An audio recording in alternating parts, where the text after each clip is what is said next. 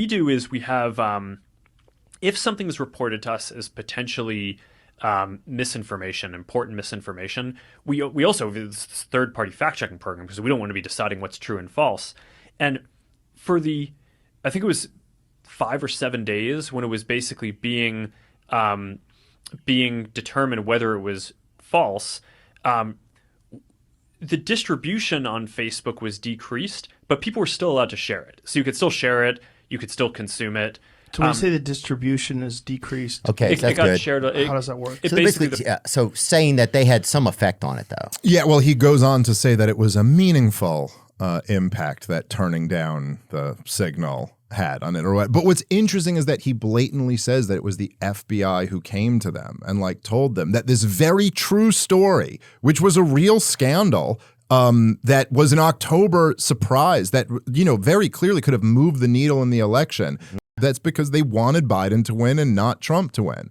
And Zuckerberg played a big role in that. Not as big, I guess, as Twitter at the old Twitter. Yeah, Dorsey admitted it. Yeah, yeah. And I do think to some degree these guys are under duress from the government. I mean, they're threatened and all types of pressure is put on them to go along with the censorship stuff. And you're basically become communication in the universe. Yeah. Like you are, like if everybody had to talk in like a hallway, you're the hallway, you know, you are. Even just you know, if you think about how much government cares about controlling the narrative, you know, one of the things that's really interesting from the more recent clip the one we played first here, you know, he says that they were really upset about a meme.